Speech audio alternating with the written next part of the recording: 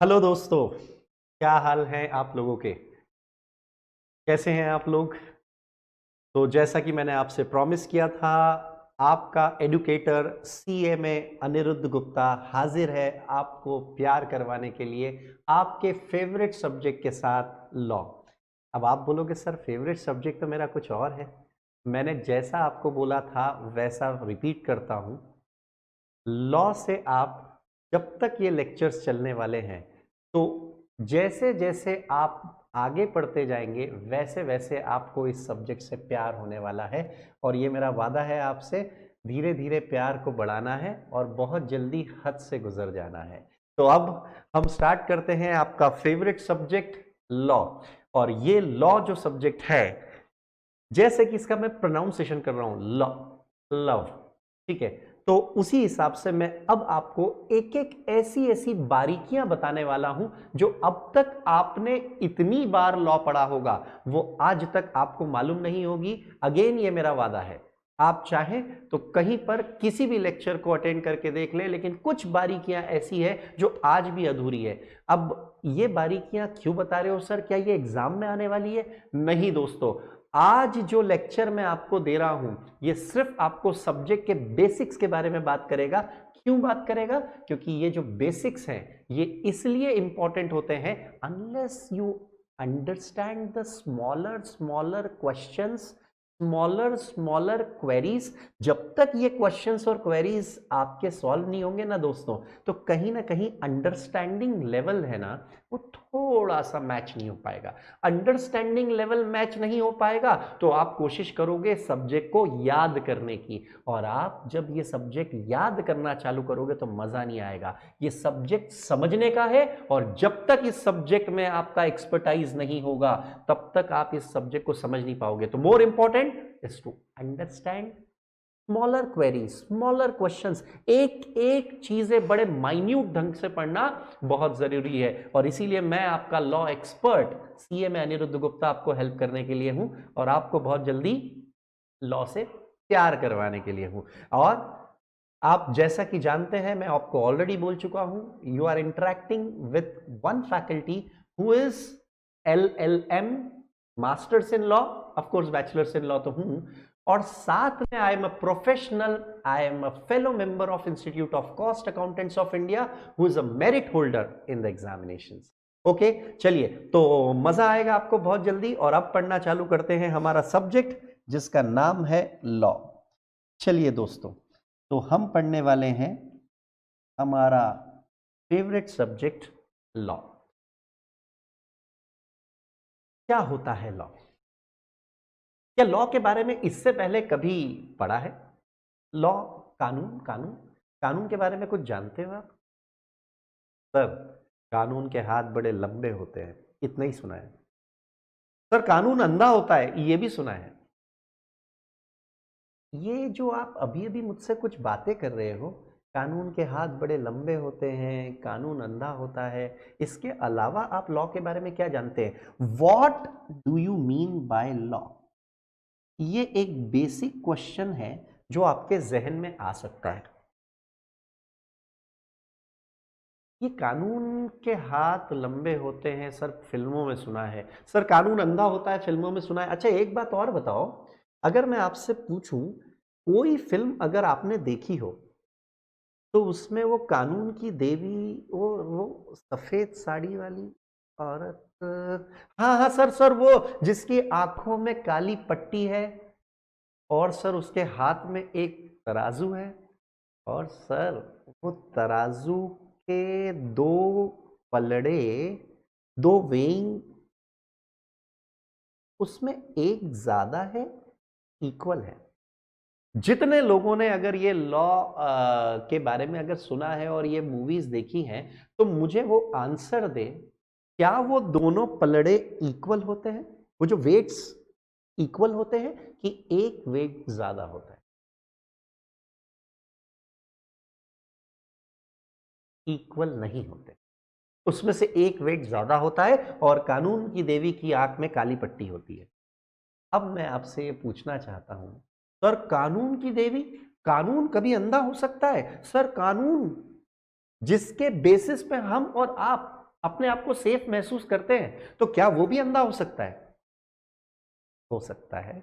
अब क्यों है ये सुनो ध्यान से। उसका रीजन है दोस्तों, जब भी आप कानून की बात करेंगे तो कानून अपने आप में कोई फैसला नहीं लेता है।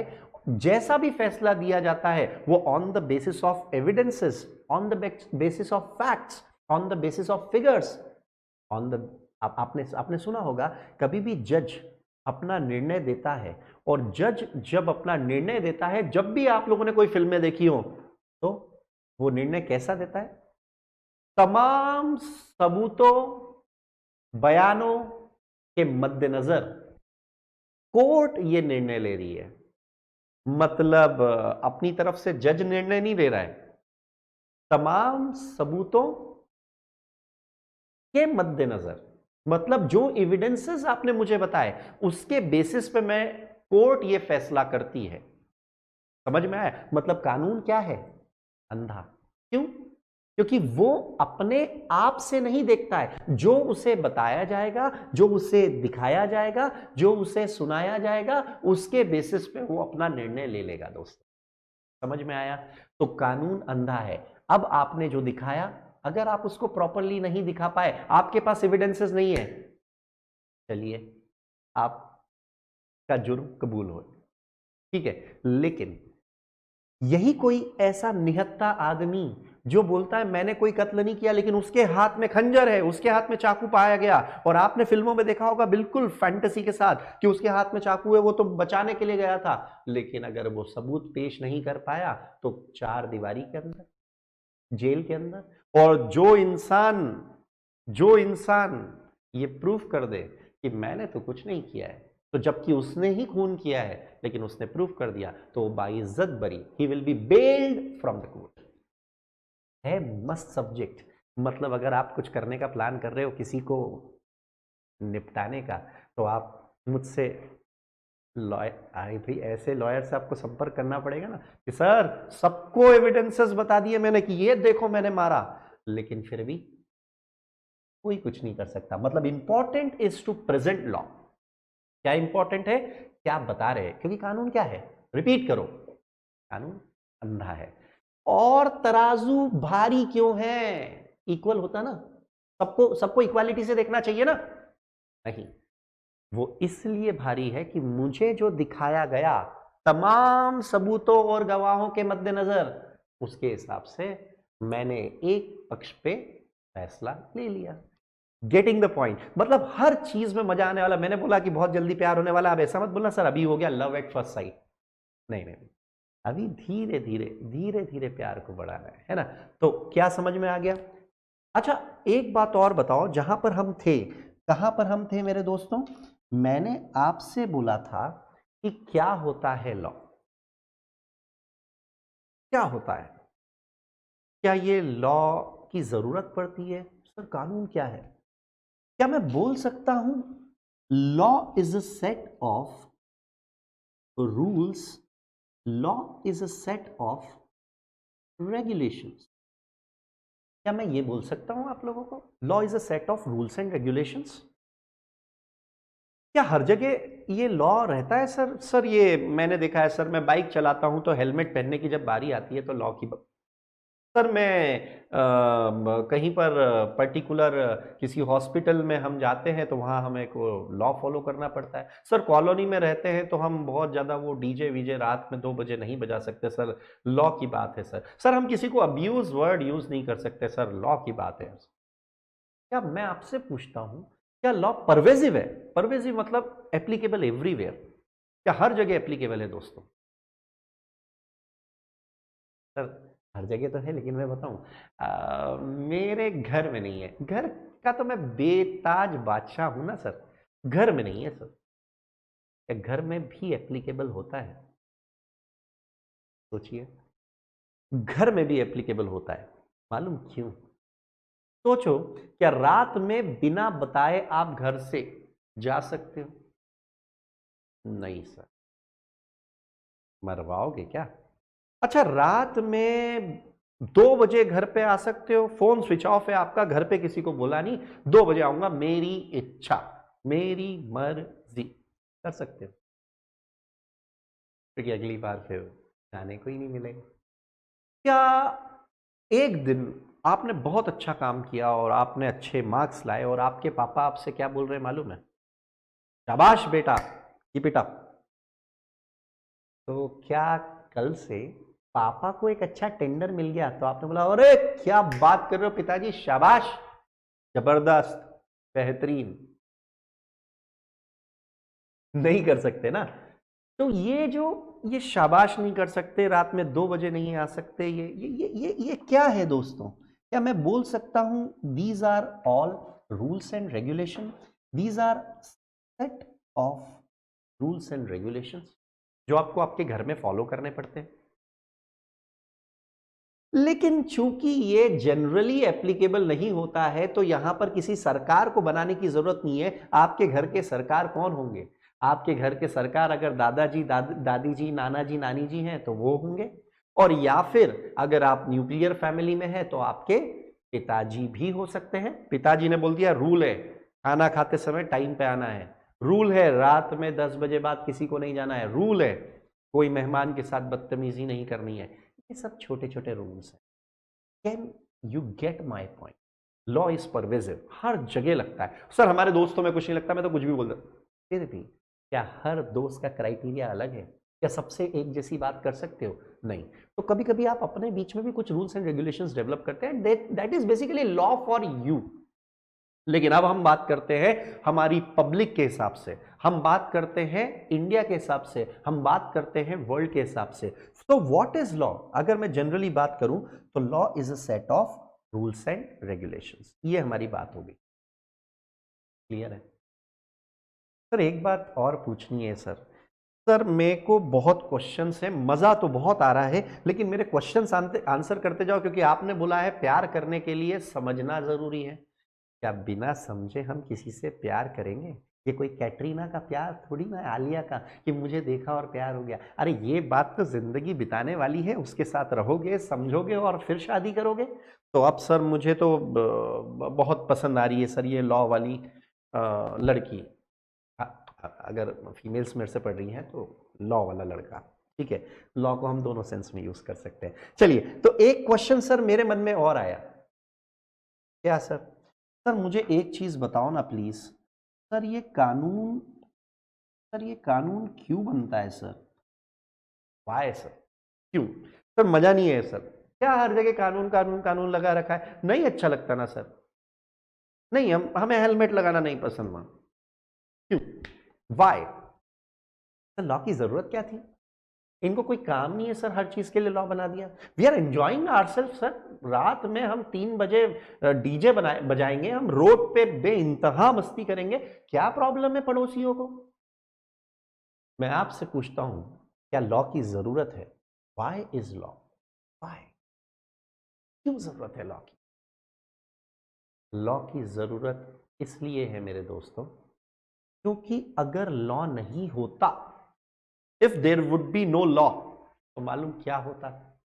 होता ये कि कोई किसी को भी, जैसे मान लो दो दोस्त चल रहे हैं, एक दोस्त ने नई बाइक खरीदी है, कौन सी? करिश्मा। करिश्मा नहीं, करिश्मा। करिश्मा खरीदी है। तो हो सकता है कि वो एक दोस्त बाइक से आ रहा है, उसने सोचा दूसरा दोस्त पैदल जा रहा है, क्यों ना दोनों एक साथ अनिरुद्ध गुप्ता की क्लास में जा रहे हैं लॉ पढ़ने। तो आपने उससे बिना पूछे, वो अच्छा भला चल रहा था सीधे सीधे, आपने बिना पूछे क्या किया? आए और उसको मडगार्ड पे, मडगार्ड आगे वाला पहिया, आपने उसको मडगार्ड पे बिठा करके क्लास ले आए। ऐसे किसी को भी टक्कर, मतलब मडगार्ड पे बिठा करके कहीं पर भी ले जा सकते हो? नहीं ना। क्यों? लॉ है, ऐसे किसी को टक्कर मार सकते हैं, एक्सीडेंट कर सकते हैं? नहीं कर सकते।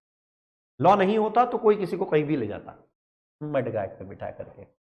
अच्छा, लॉ नहीं होता तो आप क्या करते हैं? जिसका चेहरा पसंद नहीं आता, जैसे एक दिन आपका फ्रेंड जो है, तो उसका हेयर कट समझ में नहीं आया आपको, आपने बोला कैसा है यार, नहीं मैं तो ऐसे ही हूं, आपने दिया एक जोर से स्लैप। अगर लॉ नहीं होता तो क्या होता? किसी का हेयर कट नहीं पसंद आता तो आप एक रसीद कर देते चाटा, लेकिन लॉ है तो क्या किसी पे आप कोई फिजिकल इंजुरी पहुंचा सकते हो? सर मालूम लॉ नहीं होता ना तो मैं क्या करता, जहां पर मेरा दिमाग आथा माझी सटकली वहीं के वहीं मैं आता और बोले नहीं समझ में आता ना, तू नहीं सुन रहा ना, ये ले ढिसके आओ, खत्म, गोली मारो भेजे में। भेजा शोर करता है, भेजे की सुनेगा तो। लॉ नहीं होता तो क्या होता? कोई बंदूक चला रहा है, कोई स्लैप कर रहा है, कोई मडगाट पे बिठा करके ले जा रहा है, कोई थे क्या मंदिर की घंटी, कोई कुछ नहीं है। लॉ की जरूरत तो है ना सर।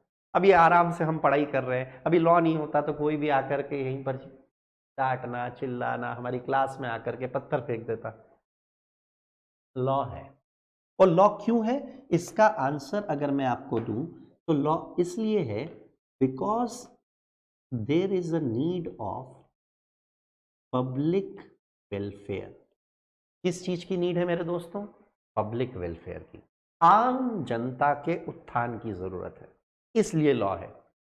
अगर आम जनता के उत्थान की बात करोगे दोस्तों, तो जब तक पब्लिक वेलफेयर की जरूरत होगी तब तब रूल्स एंड रेगुलेशंस बनेंगे। क्या बनेंगे? Rules and regulation. Getting the point? तो सर ये तो बड़ी अच्छी बात है सर, पब्लिक वेलफेयर की जब जब जरूरत लगेगी तो तब तब हमें लॉ की जरूरत लगेगी। अब एक बात और बताओ सर, ये पब्लिक वेलफेयर की जिम्मेदारी मेरी है, आपकी है, अपने पड़ोसियों की है? सर ये पब्लिक वेलफेयर कौन देखेगा? Who is responsible for public welfare? जल्दी से आंसर कर दो, हु इज रिस्पॉन्सिबल? कौन बनाएगा सर ये लॉ पब्लिक वेलफेयर के लिए? Who is responsible for public welfare? Very good, क्या बात है। Government of any country.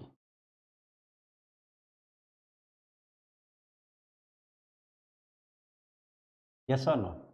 मतलब सर किसी भी देश की सरकार की रिस्पॉन्सिबिलिटी होती है क्या देखना, कि पब्लिक वेलफेयर हो रहा है कि नहीं हो रहा है, आम जनता सुखी है कि दुखी है। अगर दुखी है तो क्या करो, उस प्रॉपर रूल्स एंड रेगुलेशंस बनाओ। तो रूल्स एंड रेगुलेशन कौन बनाता है सर? रूल्स एंड रेगुलेशंस बनाती है हमारी गवर्नमेंट, क्योंकि उसके ऊपर किस चीज की रिस्पॉन्सिबिलिटी है? पब्लिक वेलफेयर की। सर वो आप बुरा तो नहीं मानोगे सर, थ्योरी तो बहुत अच्छी लगती है सर, प्रैक्टिकल बताऊं? गवर्नमेंट पब्लिक वेलफेयर को छोड़ करके बाकी सारे काम कर रही है। देखो आप, प्रैक्टिकल बात के लिए मेरे दूसरे आपको चैनल पे आना पड़ेगा और सीए में अनिरुद्ध गुप्ता को सर्च करना पड़ेगा यूट्यूब पे, और वहां पर हम बात करेंगे कुछ स्पेशल क्लासेस, उसमें बात करेंगे हम कुछ अपनी, कुछ प्योर। लेकिन अभी चूंकि मेरे को लॉ पढ़ाना है तो I need to give you all those which is been written there. अब मैं प्रैक्टिकल एस्पेक्ट पे बहुत बातें करने के लिए, चलिए जल्दी से एक बार जरा मैं देखूं। लॉ सर क्या होता है? What do you mean by law? It is a set of rules and regulations. बहुत शानदार सर। लॉ क्यों बनता है? It is made for public welfare. Sir law कौन बनाता है? Sir government of any country बनाती है। तो क्या मैं और क्वेश्चन पूछूं सर? पूछो बेटा। सर ये लॉ बनता कैसे है? मतलब सर एक और क्वेश्चन है मेरा सर, प्लीज सर, आपने बोला सर प्यार करना है सर। हाँ बोलो ना, क्या क्वेश्चन है भाई? सर मेरा नेक्स्ट क्वेश्चन ये है, how law is made? Law कैसे बनता है दोस्तों? सर मैंने कुछ सुना है सरकार और सर वो गवर्नमेंट, सर उसको क्या बनना चाहिए, थोड़ा सा उसको आप हेल्प करो। अच्छा मैंने अभी अभी ये बोला, जब जब पब्लिक वेलफेयर की जरूरत पड़ेगी तब सरकार कानून बनाएगी, यही अभी बात हुई। तो अब मेरा क्वेश्चन ये है कि यातायात कानून या ट्रैफिक रेगुलेशंस की बात करूं, ट्रैफिक रूल्स, क्या आज से 500 साल पहले ट्रैफिक रूल्स थे क्या? क्या बोलते हो? नहीं। तो सर फिर ये कब बने? कब बने? लॉ बनने के लिए इंपॉर्टेंट है दोस्तों ये पता करना क्या इसकी जरूरत है क्या? क्या इसकी जरूरत है क्या? It is needful? क्या इसकी जरूरत है? सर मालूम है समय के साथ क्या हुआ? एक्सीडेंट्स बहुत बढ़े सर, समय के साथ है ना, इसलिए एक्सीडेंट्स बढ़े सर, वो व्हीकल्स बढ़ गए। पहले किसी जमाने में एक घर पे एक साइकिल हुआ करती थी सर, आज की तारीख में साइकिल तो क्या है सर, 5-7 साइकिल हो जाती है बच्चों बच्चों की सर, वो 2 व्हीलर हो जाती है सर 10-15 सर, वो जॉइंट फैमिली हमारी सर 5-6 कार है सर, और सर कभी कभी तो पार्किंग ही नहीं मिलती है सर, वो क्या है सर, मेरे पास ट्रक नहीं, नहीं ट्रक नहीं सर, मेरे पास तो सब चीज़ें, अभी हेलीकॉप्टर भी है हाँ, अभी क्या है सर, ट्रैफिक बहुत बड़ा, एक्सीडेंट्स बढ़ने लग गए। क्या पहले दिन से 500 साल पहले जब वो राजा महाराजा निकलते थे तो क्या सिग्नल रेड ग्रीन, अरे काय के सिग्नल सर, राजा आ रहे हैं हटो, खाली रोड, लेकिन अभी तो बड़ी दिक्कत है सर, राजा भी आए तो ये जब किसी कानून की जरूरत लगती है, मैं रिपीट करता हूं, जब किसी कानून की हमें जरूरत लगती है, नीड, तो फिर सरकार को इनिशिएटिव लेना पड़ता है। और इनिशिएटिव किस चीज का लेना पड़ता है? सरकार को यह इनिशिएटिव लेना पड़ता है कि क्या मैं कानून बनाऊं? तो बोले बहुत जरूरी है, कानून नहीं होगा तो सब ट्रैफिक चौराहे पे, where there is a like square, वहां पर सब लोग आकर के अपनी गाड़ियां कर देते, मैं भी पीछे नहीं करूंगा, मैं भी पीछे, और लगाते जाते पूरा ट्रैफिक जैम। सिग्नल्स की जरूरत पड़ी सर, नहीं तो कोई मानता क्या है आज? तो जब जरूरत थी तो सरकार बोले तो गवर्नमेंट ने लॉ बनाने का प्रयास किया। सर लॉ बनाने के लिए क्या करते हैं सरकार? क्या आपको सरकार के अलग अलग विंग्स, अलग अलग मंत्रालय मालूम है? आपने एक मंत्रालय सुना होगा जिसका नाम है लॉ मिनिस्ट्री। क्या नाम है? Law ministry. अच्छा सर ये लॉ मिनिस्ट्री में क्या करेंगे ये लोग? क्या ये एक कमिटी बनाएंगे? और कमिटी को क्या बोलेंगे दोस्तों? कमिटी को ये बोलेंगे कि भैया आपको ट्रैफिक के लिए कानून बनाना है। अब ये कमेटी में बड़े बड़े विशेषज्ञ, बड़े बड़े जजेस, बड़े बड़े लॉयर्स होते हैं, बड़े सरकारी के नॉमिनीज होते हैं। इस कमेटी वालों ने सोचा कि क्या मैं लोगों से राय लूं कि खुद ही बनाऊं, मैंने बोल दिया ऐसा, नहीं नहीं नहीं, ये कमेटी क्या करती है, सभी लोगों से अपने अपने सजेशंस मांगती है।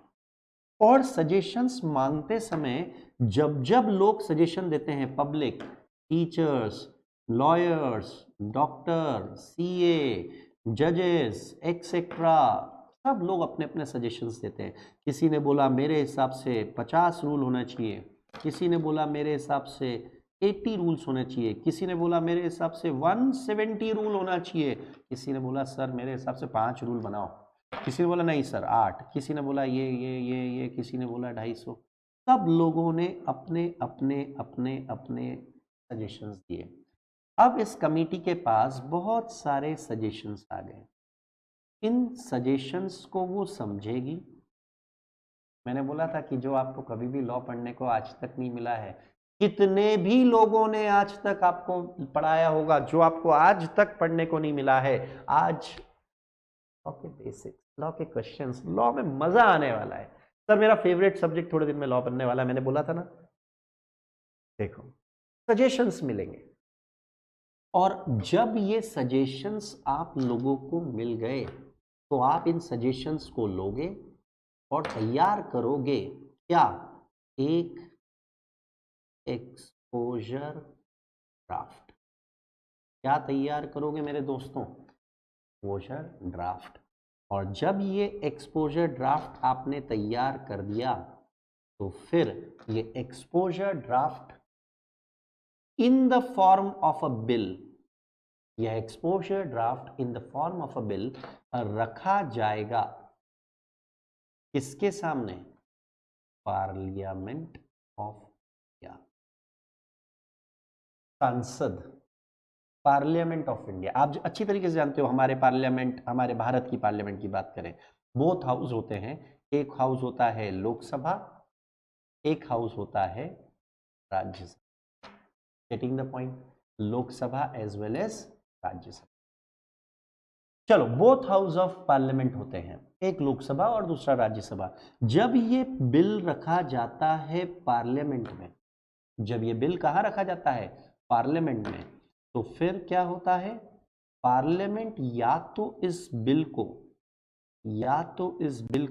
क्या करेगी? एक्सेप्ट एज इट इज, या फिर क्या करेगी?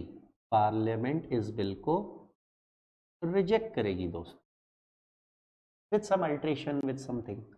अगर इस बिल को एक्सेप्ट कर लिया तो नहीं, जल्दी क्या है लॉ बनाने की। अगर उसने इस बिल को एक्सेप्ट कर लिया तो ये बिल बोला जाता है एसेंटेड बिल, या मैं आपकी भाषा के लिए बोल दूं, यह बिल बन जाता है कानून के द्वारा पारित बिल।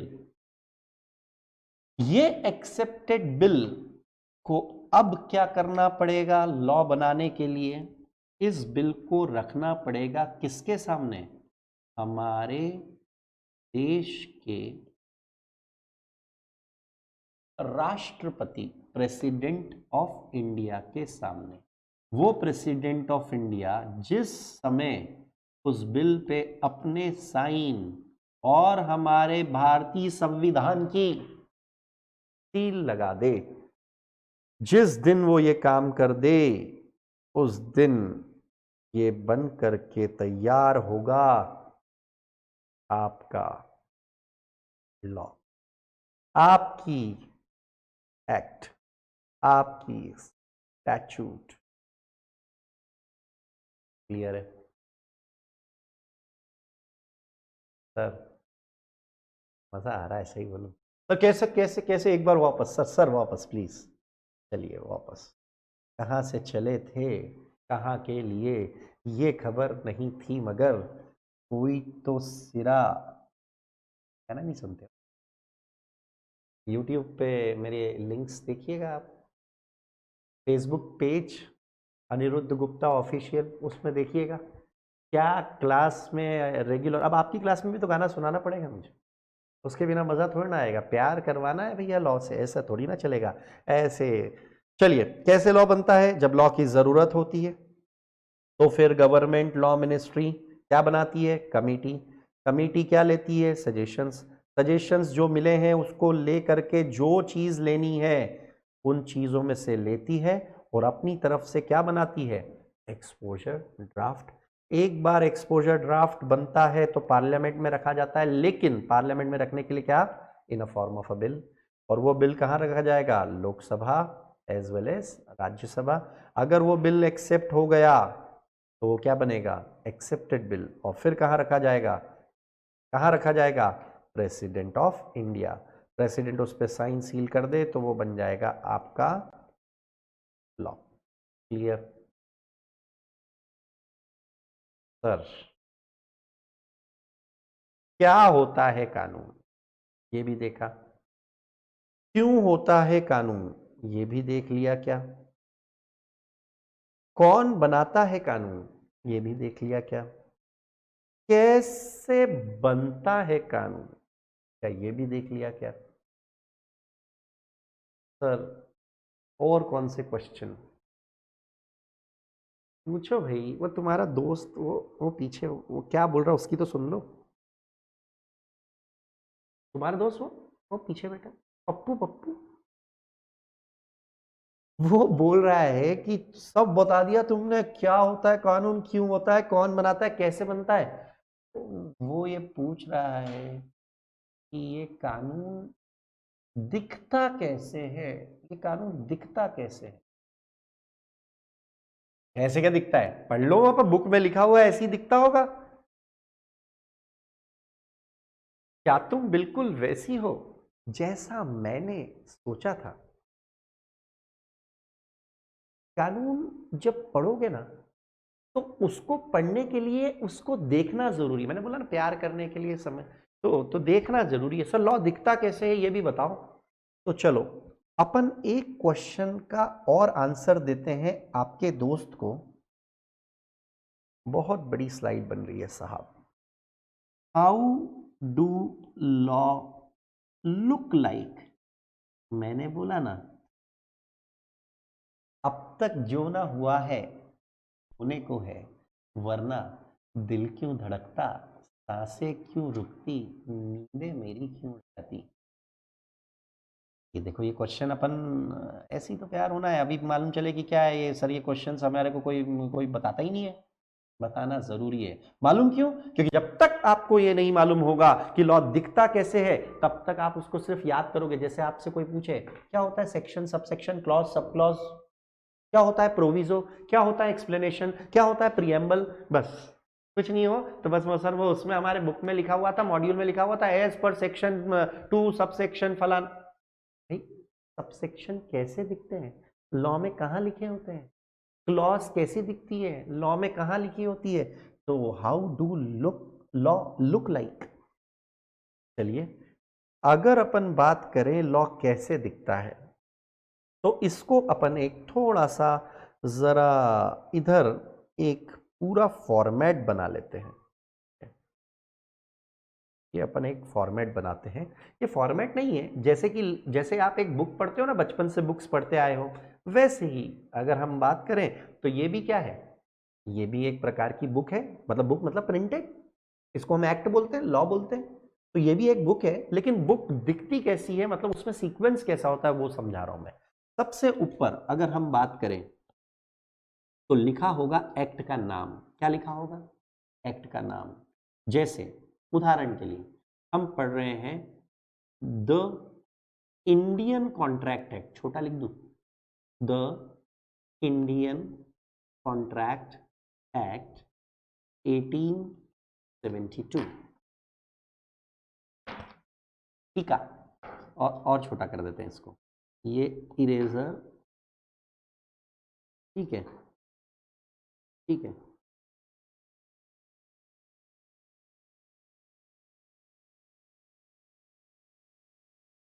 ठीक है। The Indian contract act 1872। अब इसके जब भी कोई एक्ट बनती है ना तो उसके नीचे ऐसा लिखा जाता है।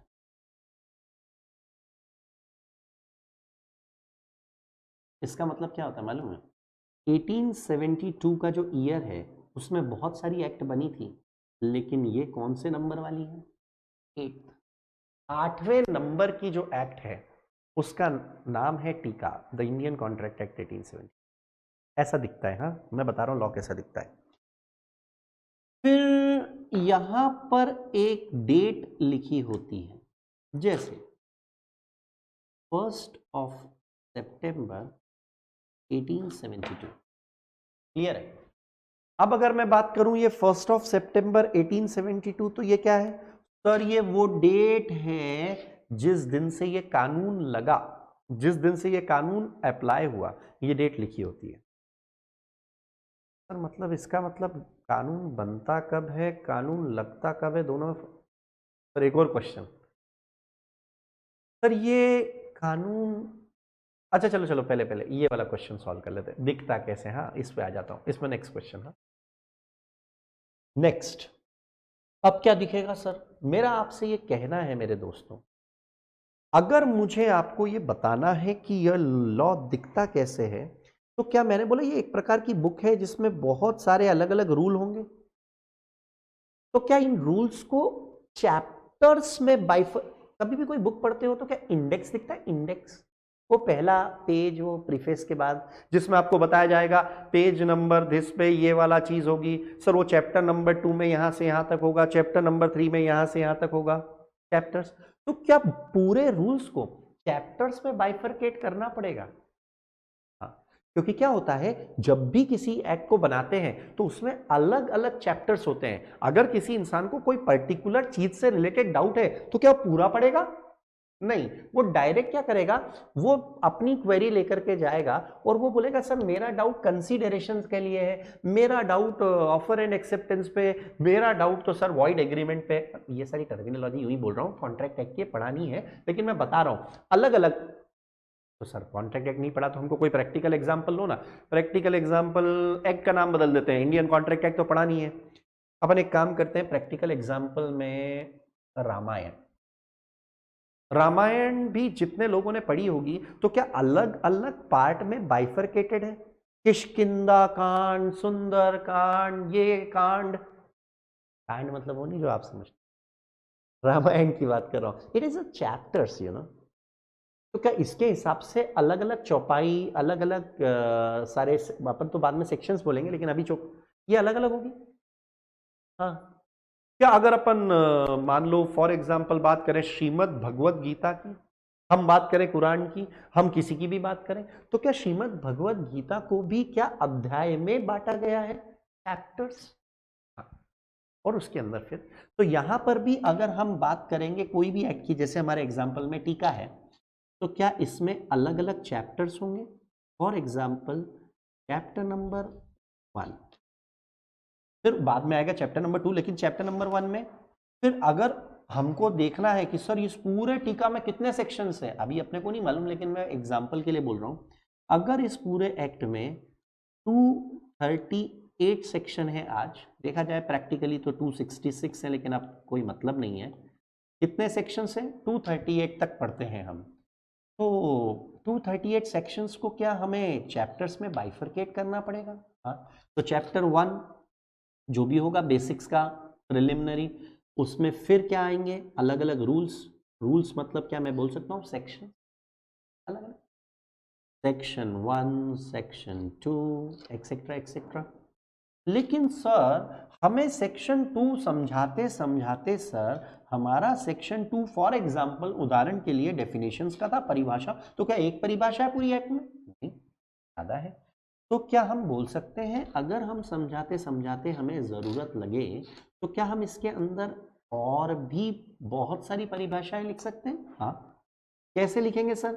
सेक्शन 2 तो चल रहा है, सेक्शन 2 में हम इस तरीके से जितनी परिभाषाएं चाहे उतनी परिभाषाएं लिख सकते हैं। बोलो हाँ। सर हमें मालूम क्या है सर, हमें ये परिभाषा जो हम ये 5th वाली लिख रहे हैं, इसमें भी सर इंटरनली हमें बहुत सारी और पॉइंट्स लिखने हैं, तब क्या करेंगे? तो यहां पर लिखते लिखते जब आपको फॉलोइंग और पॉइंट्स बनाने हैं तो आप इस तरीके से ये बना सकते हो, जितने बनाना हो। लॉ बनाने कैसे दिखता है लॉ? हाँ, लॉ बनाते समय आपको जितने पॉइंट्स की जरूरत हो उतने पॉइंट लिख लेना। सर हमको ये डी पॉइंट लिखते लिखते सर हमें न जाने क्यों सर इसमें भी बहुत सारी बातें लिखनी है। लॉ लॉ है, जहां जरूरत लगे ज्यादा लिख सकते हो। अगर ज्यादा लिखना है तो फिर हम रोमन नंबर ऐसा और लिख सकते हैं जितना हम चाहें। ठीक है, ये जो अभी अभी मैंने आपको बताया ना, लॉ बनाते समय ये हमें क्या है, जैसे कि हमें बात करनी है सेक्शंस, ये सेक्शन 1, सेक्शन 2, ऐसे ही हम लोग और भी आगे चलते जाएं। फिर यहाँ पर हमारा सेक्शन नंबर 3, 4, 5, 6 ऐसे चलता रहेगा। जहां हमें ज़रूरत लगेगी तो उसके अंदर अगर हमें करना हो तो हमें इस तरीके से लिखना पड़ेगा। ये लिखे अपन ने ऊपर, तो इसको क्या बोलेंगे अपन? इनको बोलेंगे अपन सब सेक्शंस। क्या बोलेंगे दोस्तों? सब सेक्शंस। अब मैं बोलूंगा लॉ कैसा दिखता है, समझ में आ रहा है?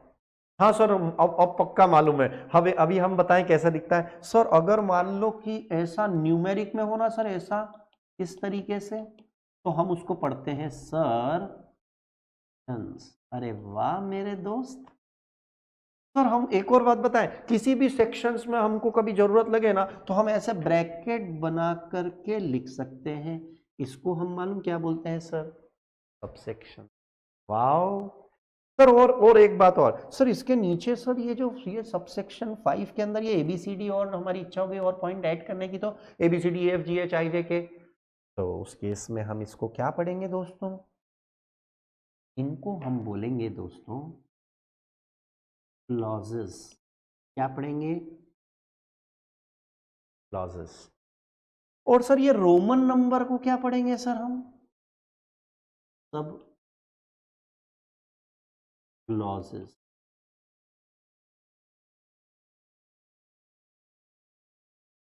तो सर मजा आ गया क्या? तुम बिल्कुल वैसी हो जैसा ऐसी दिखती है एक्ट।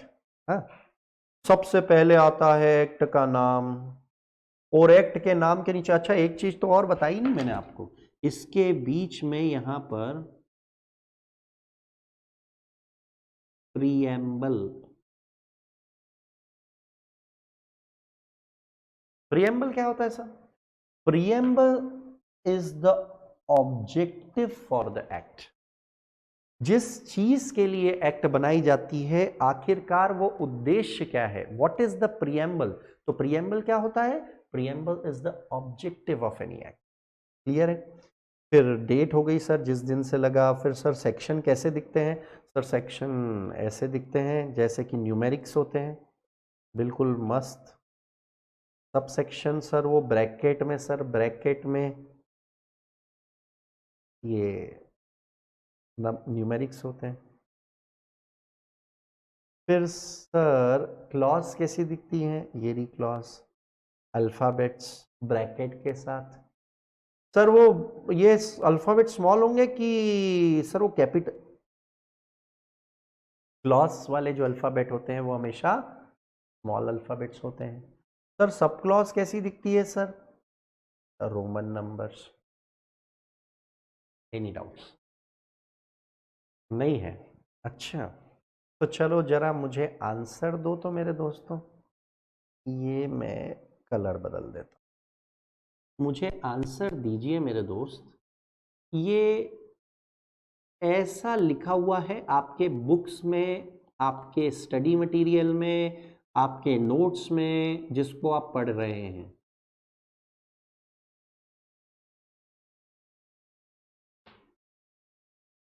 पढ़ो। क्या पढ़ा? सेक्शन 2। इसको सबसेक्शन बोलेंगे कि क्लॉज? नहीं सर, वो आपने पहले ही बोला सर। सर एक आपने पहले ही बात बोली कि सर वो जो स्मॉल अल्फाबेट्स में होते हैं सर वो क्लॉज होती है, तो इसको क्या बोलोगे? सेक्शन 2 क्लॉज ई। लेकिन लेकिन हाँ हाँ हाँ, नहीं, यहाँ एक यहाँ एक एक्सेप्शन। और एक्सेप्शन क्या है मालूम है? जनरली जनरली जब भी सेक्शन लिखना हो तो सेक्शन ऐसे लिखे जाते हैं नंबर्स में। हाँ, सब सेक्शन कैसे लिखना हो, ये रहे सेक्शंस हमारे। अगर हमें क्या लिखना हो, सब सेक्शंस, तो हम कैसे लिखते हैं? ब्रैकेट में। ये भी सही है सर। सर हमें अगर क्लॉज लिखनी हो तो हमें मालूम है सर हम कैसे लिखते हैं? क्लॉज लिखते हैं स्मॉल अल्फाबेट्स ब्रैकेट में। सर अगर हमें सब क्लॉज लिखनी हो तो हमको क्या रोमन नंबर यूज करने पड़ेंगे? आपने बता दिया। हाँ, इस तरीके से आप रोमन नंबर यूज कर सकते हो। लेकिन सर ये अभी अभी हमने आपसे बोल रहे थे कि ये है सेक्शन 2 का क्लॉज ई, लेकिन आपने बोला नहीं, गलत है। मालूम क्यों? क्योंकि एकमात्र पूरा लॉ जैसा जैसा मैं पढ़ा रहा हूं आपको, पूरे लॉ का एक ही एक्सेप्शन, और वो एक्सेप्शन है सेक्शन 2। क्योंकि आमतौर पे सेक्शन 2 जो होता है वो डेफिनेशन, परिभाषाओं का होता है। और डेफिनेशन का सेक्शन 2 ज्यादातर केस में 98% केसेस में सेक्शन 2 परिभाषाओं का। सेक्शन 2 किसी एक्ट का आप पढ़ोगे तो ज्यादातर डेफिनेशंस। इस सेक्शन की एक विशेषता है, अगर मैं ऐसा लिखूं इस सेक्शन को सेक्शन 2 ई, तो आप पढ़ोगे सेक्शन 2 सबसेक्शन ई, सब सेक्शन पढ़ोगे आप, क्लॉज नहीं। अगर मैं यहां पर लिखूं सेक्शन 2, तो इसको भी सबसेक्शन 5 पढ़ोगे। अगर मैं ऐसा लिखूं सेक्शन, तो यहां पर भी सेक्शन 2 सबसेक्शन 5 पढ़ोगे। मतलब अगर मैं आपको बोलूं, चाहे आप स्मॉल अल्फाबेट में लिखो, चाहे आप न्यूमेरिक में लिखो, चाहे आप रोमन नंबर में लिखो, सेक्शन 2 के साथ जो भी लगेगा उसके आगे सबसेक्शन ही पढ़ोगे आप। ये एक्सेप्शन है, जादू। लेकिन अब मैं एक और क्वेश्चन पूछता हूं, चलिए इसको पढ़िए।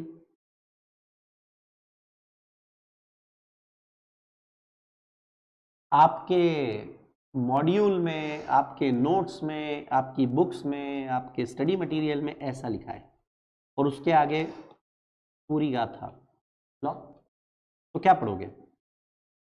एस पर, अच्छा आप पढ़ो, एस पर सबसेक्शन, नहीं 8 है ना, एस पर सेक्शन 8।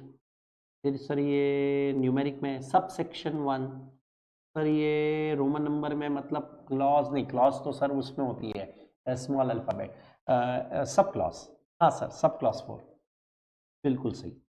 इसको आप ऐसा पढ़ोगे, सेक्शन 8 का सबसेक्शन 1 का सब क्लॉज 4। मतलब अब अगर मैं आपसे बात करूं और अब अगर मैं आपसे पूछूं कि सर वो हमारे बुक में मालूम हमको क्या पढ़ना है, हमारे बुक में बोला है कि हेलमेट लगाना कंपलसरी है, और हेलमेट लगाना कंपलसरी मालूम किस जगह लिखा है? सर वो सेक्शन 8 है ना बड़ा सा, वहां मत, उस सेक्शन 8 में सर सबसेक्शन 1 दिख रहा है, हाँ दिख रहा है, उसमें भी अभी मत जाओ, 1 में भी अंदर जाओ और देखो क्या वहां पर सब क्लॉज दिख रही है 1 2 3 4, तो उसका 4th नंबर वाला पॉइंट पढ़ लो, वहां लिखा है। तो अगर आपको एग्जाम में क्वेश्चन आए कि हेलमेट कहां, क्यों जरूरी है, कहां लिखा है, तो आप बोलोगे एस पर। अब देखो लॉ लिखने की भी इंपॉर्टेंट है, बहुत सारे लोग लॉ में कम नंबर इसलिए लाते हैं क्योंकि वो लॉ समझते तो हैं लेकिन वो लिख नहीं पाते, और लॉ का लिखना बहुत इंपॉर्टेंट। आने वाले समय में आपको ये तक बताने वाला हूं, ये तक बताने वाला हूं कि लॉ लिखते कैसे, ठीक है? तो क्या हम ये पढ़ ले? जब आपको ऐसे लिखना हो तो ऐसे लिखते हैं section 8 sub section 1 sub clause 4, लेकिन जब लिखने की बारी आती है तो हम लिखते हैं रिवर्स, एस पर सब क्लॉज 4 ऑफ